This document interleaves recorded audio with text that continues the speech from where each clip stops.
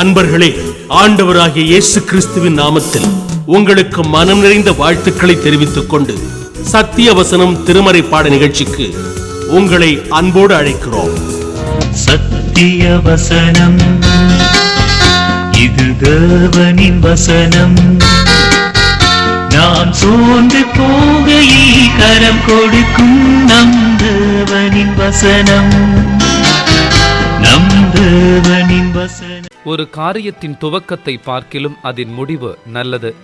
பெருமையுள்ளவனை பார்க்கிலும் பொறுமையுள்ளவன் உத்தமன்.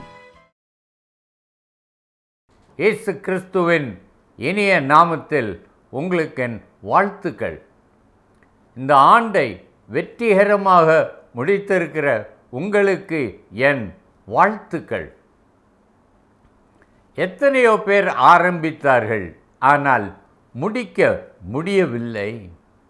வியாதியினால் மரித்தவர்கள் உண்டு, ஆக்சிடெண்ட்டில் உயிரிழந்தவர்கள் உண்டு, அநேக கொலை செய்யப்பட்டார்கள். இப்படிப்பட்ட காரியங்களினால் வருடத்தை முடிக்க முடியாமற் போனார்கள். ஆனால் உங்களுக்கோ தேவனுடைய கிருபை அளவில்லாமல் இருப்பதினால் இந்த ஆண்டை முடித்திருக்கிறீர்கள். இந்த நேரத்திலே இந்த ஆண்டை முடித்திருக்கிற நாம் எவ்வளவு வெற்றியாக, how victorious we were at the end of the year அப்படின்றத கணக்கு பார்க்க வேண்டியவர்களாய் இருக்கிறோம். பிரசங்கி சொல்லுவான், ஒரு காரியத்தின் துவக்கத்தை பார்க்கிலும் அதன் முடிவு நல்லது. என் பேரன் ஸ்கூலில் ஒரு 5 கிலோமீட்டர் சைக்கிள் ரேஸ் ஒன்று அவன் பங்கெடுத்தான். 100 மீட்டர் முடிவுக்கு ஒரு 100 மீட்டர் தான் இருக்குது. திடீர்னு அவன் சைக்கிள் செயின் அந்து போச்சு, அவனால் முடிக்க முடியலை. ஆனால் நாமோ இந்த வருடத்தை முடித்திருக்கிறோம். எதனால் முடித்திருக்கிறீர்கள் என்று நினைக்கிறீர்கள்?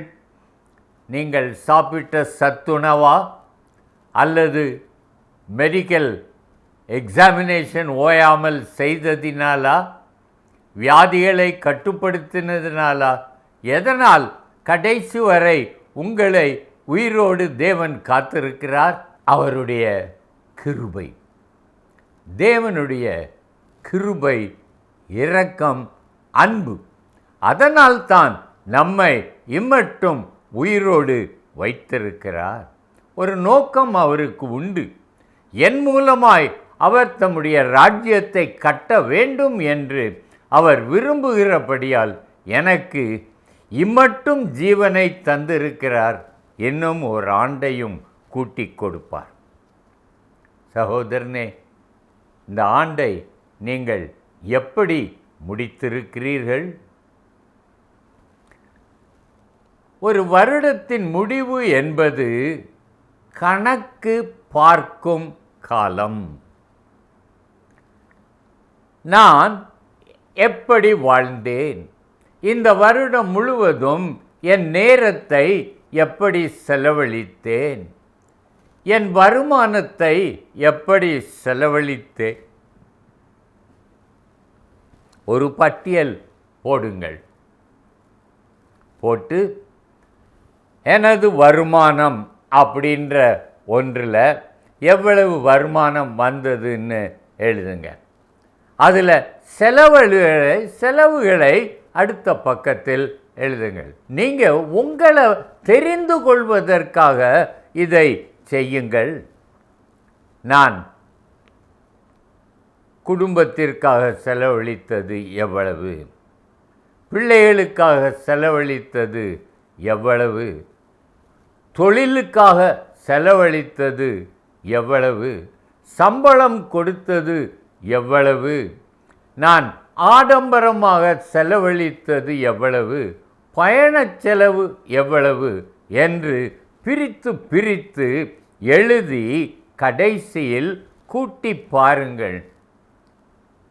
தேவனுக்கு எவ்வளவு கொடுத்திருக்கிறீர்கள் என்பதை கடைசியில் எழுதி பாருங்கள். உங்களுக்கு தெரியும், நீங்கள் பணத்தை செலவழித்தது தேவனுக்கு பிரியமான வழியில் அல்ல. உங்கள் மனசும் மாமிசமும் விரும்பினவைகளைத்தான் நீங்கள் செய்திருக்கிறீர்கள். நான் என்னை ஆராய்ந்தால் என்ன சொல்வேன்? இந்த சூழ்நிலையில் இதை தவிர வேற ஒன்றும் செய்திருக்க முடியாது. ஆகையால் நான் செய்தது சரி என்று அநேக தவறான காரியங்களை நியாயப்படுத்தி கொள்ளுவேன். ஆனால் என் கிரியைகளை கர்த்தர் ஆராயும்படி அவரிடத்தில் நான் காட்டினால், ஒப்பு கொடுத்தால் என்ன நடக்கும்? தாவீதுக்கு தன்மேல் நம்பிக்கை கிடையாது. ஆனால் தேவன் என்னை ஆராய்வார் என்றால் என் உண்மையான நிலைமை எனக்கு தெரியும் என்று அவன் அறிந்திருந்தான். அதனால்தான் 139 சங்கீதத்திலே 23, 24 வசனங்களில் அவன் ஒரு அழகிய ஜெபம் செய்வான். நான் அதை வாசிக்கிறேன். சங்கீதம் 139, 23, 24. தேவனே, என்னை ஆராய்ந்து என் இருதயத்தை அறிந்து கொள்ளும். இருதயம்தான் சிந்தனைகளின் பிறப்பிடம், ஆசைகளின் பிறப்பிடம். கேடான சிந்தனைகள் புறப்படுவதும் இந்த இருதயத்தில்தான். பாவ ஆசைகள் எழுவதும் இந்த இருதயத்தில்தான். அதனால்தான் தாவீது சொல்லுகிறான், என்னை ஆராய்ந்து என் இருதயத்தை அறிந்து கொள்ளும். என்னை சோதித்து என் சிந்தனைகளை அறிந்து கொள்ளும். அவன் என் செயல்களை அறிந்து கொள்ளும்னு சொல்லலை. அவன் ஒரு இன்டர்னல் பியூரிஃபிகேஷனுக்காக அவன் தனக்குள்ளாக என்ன தவறுகள் செய்திருக்கிறேன் என்று கண்டுபிடிக்க தேவனுடைய ஒத்தாசையை தேடுகிறான். சகோதரனே, நீர் இரவில் படுக்கைக்கு போகும் முன்னதாக, ஆண்டவரே, இந்த நாளில் நான் எப்படி நடந்தேன்? என்னை ஆராய்ந்து என் இருதயத்தை அறிந்து கொள்ளும், என் சிந்தனைகளை அறிந்து கொள்ளும்.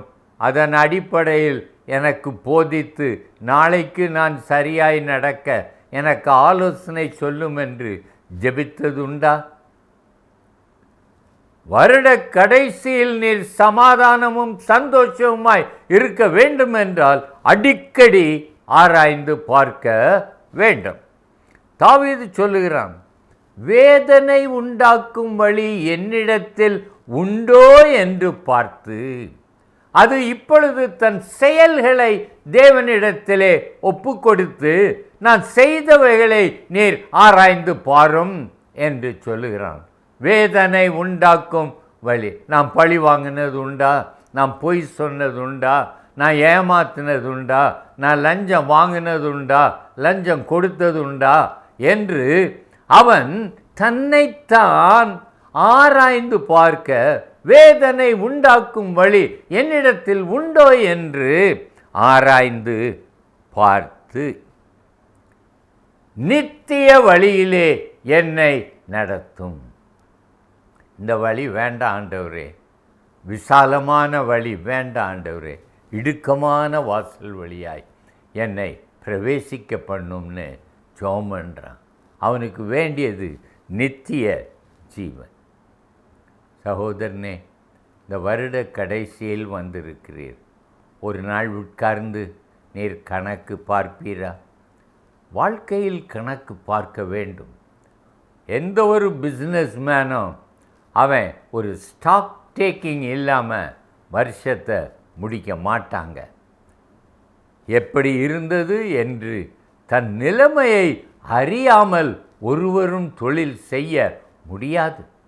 ஆகவே இன்றைக்கும் நீர் பார்த்து, என்ன செய்தீர்? உம் பணத்தை எப்படி செலவழித்தீர்?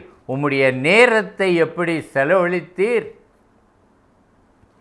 உலகத்தில் உள்ள எல்லாருக்கும் கொடுப்பது போல் உமக்கும் ஒவ்வொரு நாளும் 24 மணி நேரங்களை கொடுத்தாரே, அதில் தேவனுக்கு எவ்வளவு நீர் ஒவ்வொரு நாளும் கொடுத்தீர்? சகோதரனே, கணக்கு எடுத்து பாரும். அப்படி என்றால் இந்த வருட கடைசியிலே நீர் தேவனுக்கு பிரியமானவராய் இருப்பீர். தேவனால் ஆசீர்வதிக்கப்படுவீர். தவறுகளை அறிக்கை செய்து புது வருடத்தில் இந்த தவறுகள் தொடராதபடி எனக்கு புத்தியை தாரும் என்று கேளுங்கள்.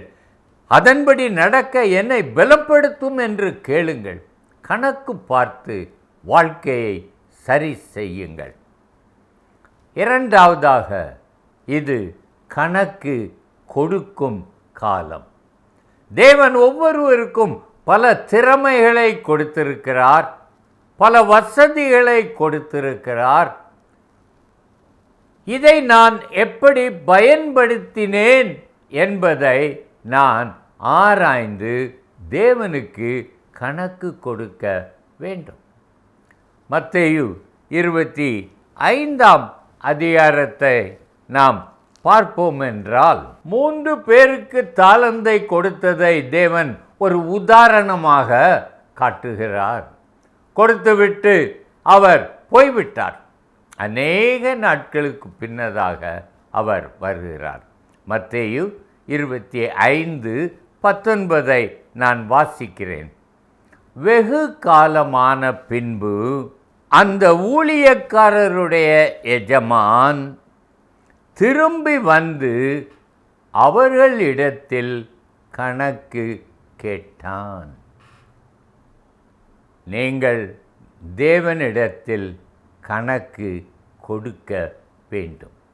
அந்த பயம், அந்த உணர்வு இருந்தால் உங்கள் ஒவ்வொரு காரியத்தை நீங்கள் செய்யும் பொழுதும் இதை குறித்து நான் தேவனுக்கு கணக்கு கொடுக்க வேண்டுமே. வாலிபனே, நீ உன் இஷ்டப்படி நட, ஆனாலும் தேவன் உன்னை நியாயத்தில் கொண்டு வருவார் என்று அறிந்து கொள். பிரசங்கி சொல்லுகிறான், உன் கண்ணின் காட்சியில் நட, but you have to give account. என்ன சொல்லுகிறீர்கள்? உங்கள் பேலன்ஸ் ஷீட் எப்படி இருக்கும்? சரியாக இருக்குமா? அல்லது நிறைய காரியங்களை மறைக்க வேண்டியிருக்குமா? அழிக்க வேண்டியிருக்குமா? சகோதரனே, மனம் திரும்பும், மனம் திரும்பும். வருட கடைசியிலே அவருக்கு கணக்கு ஒப்புவிக்க வேண்டிய நேரத்திற்கு முன்னதாகவே நீர் உம்முடைய கணக்குகளை சரி பார்த்து உம்மை சரி செய்து கொள்ளும். அப்பொழுது தப்பிப்பீர். வருட கடைசி நான் கணக்கு பார்க்கும் காலம், கணக்கு கொடுக்கும் காலம். மூன்றாவதாக, வருட கடைசி நான் நன்றி சொல்லும் காலம். எனக்கு ஜீவன் தந்திருக்கிறார், சுகம் தந்திருக்கிறார், வாழ்வதற்கு தேவையான பணம், வீடு எல்லாவற்றையும் தந்திருக்கிறார். எனக்கு ஒரு குடும்பத்தை ஏற்படுத்தி கொடுத்திருக்கிறார். பிள்ளைகள் இருக்கிறார்கள். பிள்ளைகளை வளர்க்கவும், அவர்களுக்கு திருமணம் முடிக்கவும், அவர்களை படிக்க வைக்கவும், வேலையில் அமர்த்தவும் இவ்வளவு கிருபைகளை தேவன் எனக்கு தந்திருக்கிறார். நான் நன்றி அறிதல் இல்லாமல் இருக்க முடியுமா? நான் என் பிள்ளைகளை நினைக்கும் பொழுது தேவனுக்கு நான் நன்றி சொல்லாமல் ஜெபிக்க முடியுமா? ஆண்டவரே, இந்த பிள்ளையை எனக்கு கொடுத்ததற்காக உமக்கு நன்றி என்று நான் சொல்லி ஜெபிக்க முடியாமல் போகுமானால் அது எவ்வளவு பரிதாபமாயிருக்கும். ஆகவே தேவனுக்கு நாம் முதலாவது நம் குடும்பத்திற்காக நன்றி சொல்லுவோம். இரண்டாவதாக, அவர் இந்த வருட முடிவு வரை எனக்கு சம்பளம் தருகிறார். சம்பாதிப்பதற்கு தேவையான பலத்தை தருகிறார். சம்பாதிப்பதற்கு ஏற்ற சூழ்நிலைகளை எனக்கு தருகிறார். மனுஷர் தயவை கட்டளையிட்டிருக்கிறார். நன்றி சொல்லாமல் என் சாமர்த்தியமும் என் கைபலனும் இதை செய்தது என்று சொல்லுவீர் என்றால் எவ்வளவு புத்தியீனனாய் இருப்பீர். அதன் விளைவுகள் எப்படி இருக்கும்? தேவன் உம்மை கைவிட்டார் என்றால் உம்முடைய காரியம் என்ன ஆகும்? சகோதரனே, இந்த நாளிலும் நீர் தேவனுக்கு நன்றி சொல்லும்.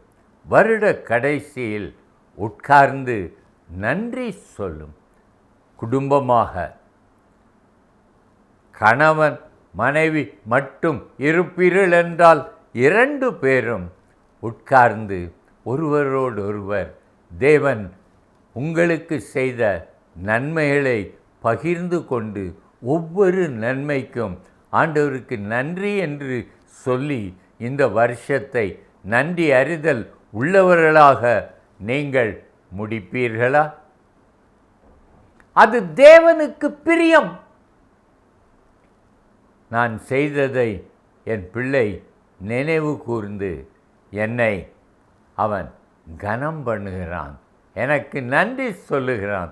அடுத்த ஆண்டு இதை காட்டிலும் நான் அவனுக்கு அதிகமாக செய்வேன் என்று தேவன் உங்கள் பேரில் பிரியமாயிருக்கும்படி இந்த காரியத்தை நீங்கள் செய்வீர்களா?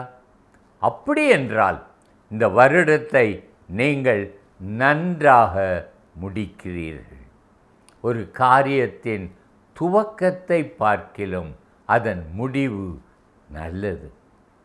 சகோதரனே, நீங்கள் சொல்ல முடியுமா, நான் இந்த வருஷத்தை ஆரம்பித்ததை விட நான் நல்லா முடிச்சிருக்கிறேன், நான் ஆரம்பத்தில் இருந்ததை விட நான் இப்போ வேதத்தை அதிகமாக கற்றிருக்கிறேன்னு சொல்ல முடியுமா? ஆரம்பத்தில் இருந்ததை விட என் வாழ்க்கையில் பரிசுத்தம் ஆகியிருக்கிறது, நான் இன்னும் பரிசுத்தம் ஆகியிருக்கிறேன்னு வருட முடிவிலே சொல்ல முடியுமா? நான் இன்னும் தேவனை கிட்டி நெருங்கி இருக்கிறேன்னு வருட முடிவிலே சொல்ல முடியுமா? அப்படி என்றால் பரலோகமே உங்கள் குடும்பத்தை அது நிரப்பி அருளும். பரலோக சமாதானம், பரலோக சந்தோஷம் உங்கள் குடும்பத்தை பூரணமாக நிரப்பி அருளும். எனக்கு பிரியமான சகோதரனே, சகோதரியே, இந்த காரியத்திலே உமக்கு இன்னும் காலம் இருக்கிறது. எத்தனை மணி நேரம் இருக்கிறதோ எனக்கு தெரியாது. ஆனால் நீர் இப்பொழுதே உட்கார்ந்து கணக்கு பார்த்து கணக்கை தேவனிடத்தில் ஒப்பு கொடுத்து எல்லாவற்றிற்குமாக நன்றி செலுத்தி தேவனை மைமைப்படுத்துவீர் என்றால் இந்த வருடத்தின் முடிவு எவ்வளவு மகிமையாயிருக்கும். அப்படிப்பட்ட ஒரு முடிவை தேவன் உங்களுக்கு தரும்படி இன்றைக்கே நீங்கள் உங்களை ஆராய்ந்து பாருங்கள். நீங்கள் செலவழித்தவைகளை ஆராய்ந்து பாருங்கள். உங்கள் நேரங்களை எப்படி செலவழித்தீர்கள் என்று எண்ணி பாருங்கள். அப்பொழுது தேவனோடு மறுபடியும் இணைந்து கொள்ள ஒரு வாய்ப்பு கிடைக்கும். தேவன் தாமே உங்களுக்குள்ளாய் வாசம் பண்ணி தம்முடைய சமாதானத்தையும் தம்முடைய சந்தோஷத்தையும் உங்களிலே நிலைத்திருக்க செய்வாராக. இந்த வருடத்தின் முடிவிற்கு வந்திருக்கிற உங்களுக்கு என் வாழ்த்துக்கள், புது வருட வாழ்த்துக்கள். கர்த்தர் உங்களை ஆசீர்வதிப்பாராக. ஜெபிக்கலாமா? அன்பின் தகப்பனே, இன்றைக்கும் நான் என்னை ஆராய்ந்து பார்ப்பேன், கணக்கு பார்ப்பேன், கணக்கு ஒப்பு கொடுப்பேன் என்று தீர்மானம் பண்ணின ஒவ்வொரு சகோதரனையும் அவர்கள் குடும்பத்தையும் நேர் ஆசீர்வதித்து நிறைவான ஒரு பலனை அவர்களுக்கு அடுத்த ஆண்டிலே தந்தருளும். அவர்கள் பாதைகள் நெய்யாய் பொழியும்படி அவர்கள் தங்களை இப்பொழுது பரிசுத்தம் பண்ணினார்களே, அதை நீர் பார்த்து அவர்களை ஆசீர்வதித்தருளும். இயேசு நாமத்தில் பிதாவே, ஆமென்.